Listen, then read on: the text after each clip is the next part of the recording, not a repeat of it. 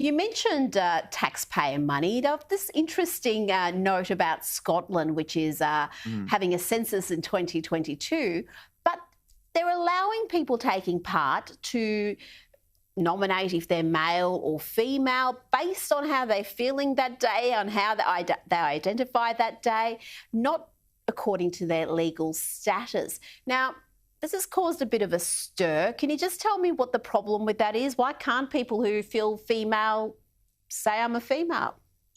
Yeah, I mean, I'm glad that you're talking about this, Rita, because I do actually think it's really important, and hardly any other broadcasters are willing to talk about this issue. But this is where I think gender ideology and that whackery and wokery that underpins it has actually led us, because a census is a data collection exercise which should be completely removed from politics, right? It's not in Scotland now. It's very much is politicized.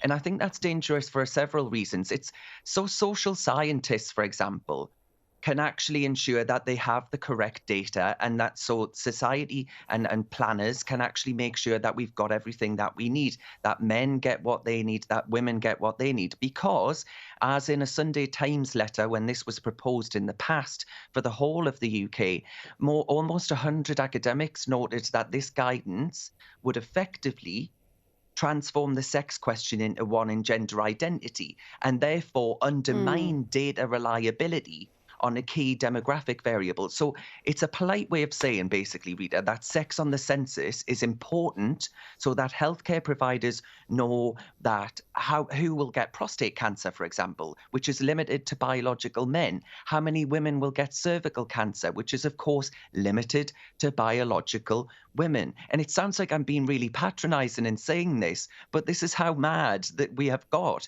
Maternity care wards, for example. You've got the NHS putting out statements about pregnant people as opposed to pregnant women.